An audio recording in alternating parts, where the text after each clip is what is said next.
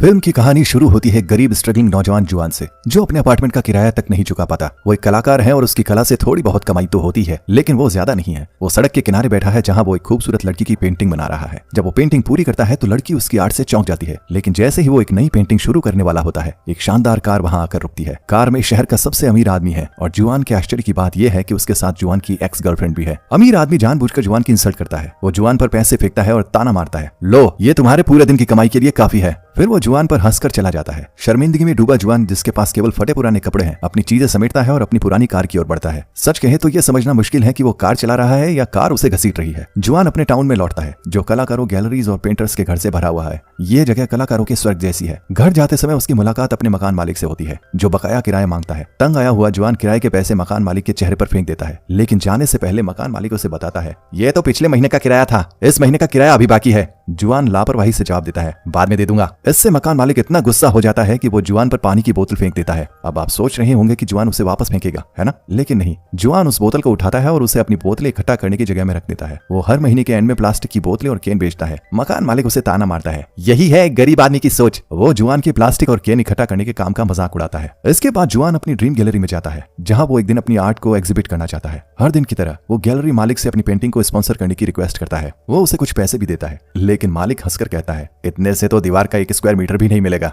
बाद में जुआन और उसका दोस्त छत पर शराब पीने जाते हैं। वो दोनों इतनी शराब पीते हैं कि बेहोश हो जाते हैं। अचानक उनके ऊपर एक स्पेसशिप आता है। जुआन चौंक कर जागता है और अपने दोस्त को जगाने की कोशिश करता है, लेकिन वो पूरी तरह नशे में चूर है। स्पेसशिप उनके टाउन के ठीक ऊपर मंडराता है। जुआन देखता है कि एक लड़की शिप से बाहर रही है और जो किसी कार्टून किरदार जैसी दिख रही है। वो लड़की 2 दूसरे एलियन की ओर इशारा करती है, जो उसके साथ उतरते हैं। ऐसा लगता है कि वो इस जगह पर पेंटिंग बनाने आए हैं। जुआन उनकी फोटो लेने की कोशिश करता है, लेकिन बेवकूफ भूल जाता है कि उसकी फ्लैश ऑन है। एलियंस उसे देख लेते हैं और पलक झपकते ही अपने शिप के साथ गायब हो जाते हैं। लेकिन जुआन देखता है कि उन्होंने कुछ गिरा दिया है। जब वो देखने जाता है तो उसे वहां एक पेन मिलता है। क्योंकि वो एक आर्टिस्ट है तो वो पेन को रख लेता है और सोने चला जाता है। अगली सुबह वो जागता है, उसे सब कुछ याद आता है। उसका दोस्त उसे देखकर मजाक करता है, क्या तुम मर गए हो या बस सो रहे हो? जुआन उसे छत पर हुई सारी घटना बताने लगता है। हैरानी की बात है कि उसका दोस्त कहानी को खुद उसे सुनाने लगता है।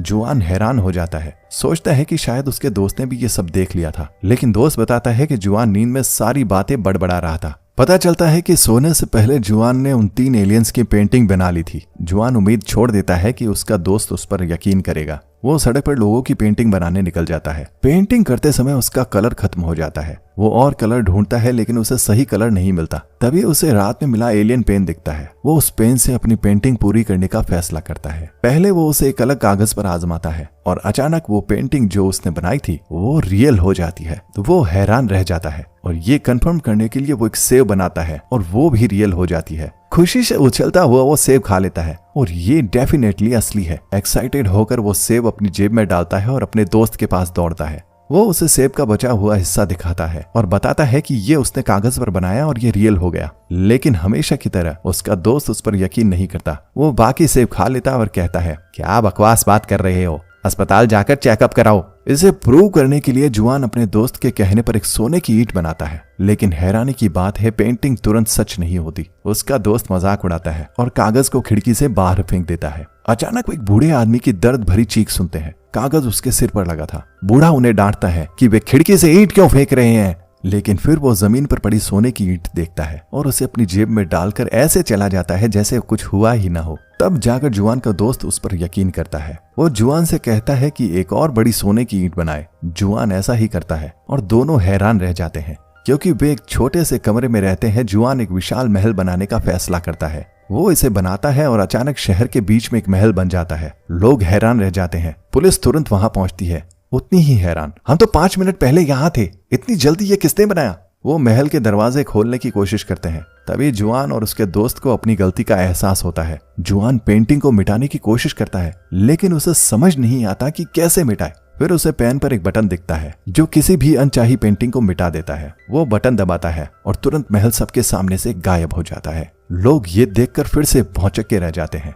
अपने कमरे में वापस जुआन का दोस्त कहता है, हमें कम से कम 200 मिलियन का कैश बनाना चाहिए। वो खुद कोशिश करता है, एक नंबर बनाता है, लेकिन वो पैसे में नहीं बदलता, बस एक नंबर ही रहता है। जुआन पेन लेता है और कुशलता से गैस का ढेर बनाता है। कुछ ही सेकंड्स में कमरा इतने पैसों से भर जाता है कि वो पूरी तरह ढक जाते हैं। बाद में बिल्डिंग का मालिक आता है और कलाकारों को